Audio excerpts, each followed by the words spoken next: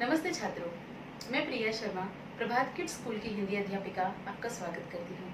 आज के इस तासिका में हम जानेंगे कि भाषा क्या होती है तथा भाषा के रूप कितने हैं।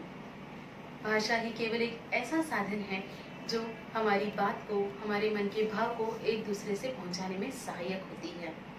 मनुष्य जब जन्म लेता है तब वह बोल नहीं पाता, तब वह किस तरह अपने भावों को, अपने मन की बातों को दूसरों तक पहुँचाता है तथा जब वह लिखना पढ़ना सीख जाता है तब वह किस तरह अपनी बातों को एक दूसरे तक पहुंचाता है।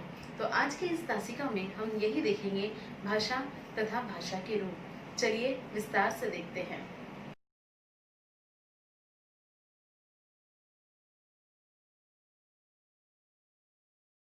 जैसा कि चित्र में आपको दिखाई दे रहा है, कुछ बच्चे आपस में बातचीत कर रहे हैं। तो चलिए देखते हैं। तुम्हारा नाम क्या है? मेरा नाम राहुल है। मेरा नाम माही है। तुम कहाँ रहते हो? मैं सामने वाले घर में रहता हूँ। आओ हम दोनों मिलकर खेलते हैं। चलो आज खूब मज़ा आएगा। आपने राहुल और माही की बातचीत पढ़ी और ध्यान दिया कि एक दूसरे की बात सुनकर, समझकर जवाब दे रहे हैं। जब हम किसी से मिलते हैं तो सबसे पहले हम उनका नाम पूछते हैं, है ना। जब हम हमारे घर के आसपास कोई नया मित्र आता है तो उससे जब हम बात करते हैं तो पहले हम उन्हीं का नाम पूछते हैं। ठीक वैसे ही यहाँ एक लड़के ने दूसरे का नाम पूछा। जब हमें हमारी कोई बात किसी दूसरे तक पहुँचानी होती है तब हमारे पास जो साधन होता है वह होता है भाषा का। जब बच्चा जन्म लेता है तब वह बोल नहीं पाता, तब वह इशारों से अपनी बात अपने माता पिता तक पहुंचाता है। पर जैसे जैसे बच्चा बड़ा होता है वह बोलने लगता है। छोटे छोटे शब्द वह अपने मुंह से उच्चार करने लगता है। भाषा ही केवल एक ऐसा साधन है जिससे हम अपने मन के भावों को एक दूसरे तक पहुंचा सकते हैं। मान लो अगर भाषा नहीं होती, यदि बोलना हमें नहीं आता, तो हम अपनी बात दूसरों तक कैसे पहुंचाते, है ना। इसीलिए भाषा बहुत ज़रूरी है। प्रत्येक देश की, प्रत्येक प्रदेश की अपनी अलग अलग भाषा होती है। जैसे हम महाराष्ट्र में रहते हैं, महाराष्ट्र की भाषा मराठी है। भाषा ही एक ऐसा साधन है जो हमें एक दूसरे से मिलाती है, हमारी बात एक दूसरे तक पहुंचाती है। जो हम कहते हैं दूसरा उसे समझता है, उसे समझकर वह उसे जवाब देता है। इस चित्र में आपको नज़र आ रहा है एक छोटा बच्चा अपनी माँ से कुछ कहना चाह रहा है, लेकिन वह अभी बहुत छोटा है, इसीलिए बोल नहीं पा रहा। वह अपने मुंह से ऊँ ऊँ की कुछ आवाज़ें निकाल रहा है, परंतु उसकी माँ उसके इन शब्दों को समझ नहीं पा रही है। वहीं दूसरा चित्र जहाँ एक चिड़िया पेड़ पर बैठी ची ची कर रही है और रूपा उस चिड़िया की चींची को समझ नहीं पा रही है। आपने ध्यान दिया कि बच्चा बोल नहीं पा रहा है, इसलिए अपनी माँ को समझा नहीं पा रहा है। ठीक उसी तरह चिड़िया भी बोल नहीं पा रही है और रूपा चिड़िया की चींची को समझ नहीं पा रही है। इसका मतलब अगर भाषा नहीं होती तो हम एक दूसरे से बातें नहीं कर पाते। अर्थात हम भाषा की मदद से ही अपनी बातों को एक दूसरे तक पहुंचाते हैं, समझते हैं और समझाते हैं।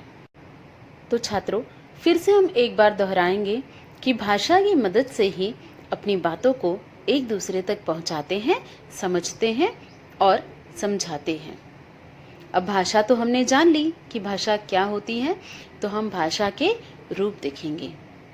हम दो तरह से अपनी बात एक दूसरे से कह सकते हैं, एक या तो बोलकर और लिखकर। नीचे दिए गए चित्रों को ध्यान से देखिए और उसको समझने की कोशिश करते हैं। इस चित्र में दादी जी कहानी सुना रही है और बच्चे कहानी सुनकर समझ रहे हैं। आपकी भी दादी नानी आपको कहानियाँ सुनाती होगी ना, तब हम उस कहानी को बहुत ही ध्यान से सुनते हैं। और आपने ध्यान दिया होगा कि जब हम किसी चीज़ को ध्यान से सुनते हैं तब हम उसे अच्छी तरह से समझ भी जाते हैं। अर्थात जब हम बोलते हैं और दूसरा उसे सुनता है तो उसे मौखिक भाषा कहते हैं। किसे कहते हैं मौखिक भाषा? जब कोई कहता है और हम उसे सुनकर समझते हैं, यह होता है भाषा का मौखिक रूप। दूसरे चित्र में हम देखेंगे कि नीलू अपनी कॉपी पर जानवरों के नाम लिख रही है और उसकी दोस्त उसे पढ़कर समझ रही है। जैसे कि हमने पहले कहा कि भाषा के समझने के दो प्रकार होते हैं, या तो बोलकर समझी जाती है या लिखकर समझी जाती है। कहानी सुनना जैसे भाषा का मौखिक रूप है, ठीक उसी तरह कुछ लिखकर उसे पढ़ना और समझना यह भाषा का लिखित रूप है। लिखित अर्थात लिखना। जब हम लिखते हैं और दूसरा पढ़कर समझता है, उसे लिखित भाषा कहते हैं। तो छात्रों, एक बार फिर से हम इस चीज को दोहराएंगे।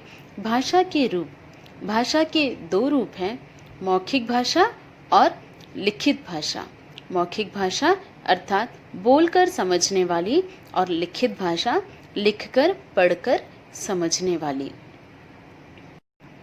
जिस तरह हम मानव अपनी बात एक दूसरे तक भाषा के द्वारा पहुंचाते हैं, भाषा के द्वारा अपनी बातों का आदान प्रदान करते हैं, ठीक उसी तरह जीव जंतुओं की भी बोलियां होती हैं। जैसे कुत्ता भौं भौं करता है, बिल्ली क्या करती है? म्याऊं म्याऊं करती है, तोता टाएं टाएं करता है। तो यह उनकी जो बोली होती है, यह हमारे समझ नहीं आती है, परंतु वह प्राणी आपस में अपनी बोलियों को समझ जाते हैं। लेकिन क्या हम उनकी तरह बात कर सकते हैं? नहीं। हमें अगर हमारी बात किसी तक पहुंचानी हो तो हमें भाषा का ही प्रयोग करना होता है। धन्यवाद।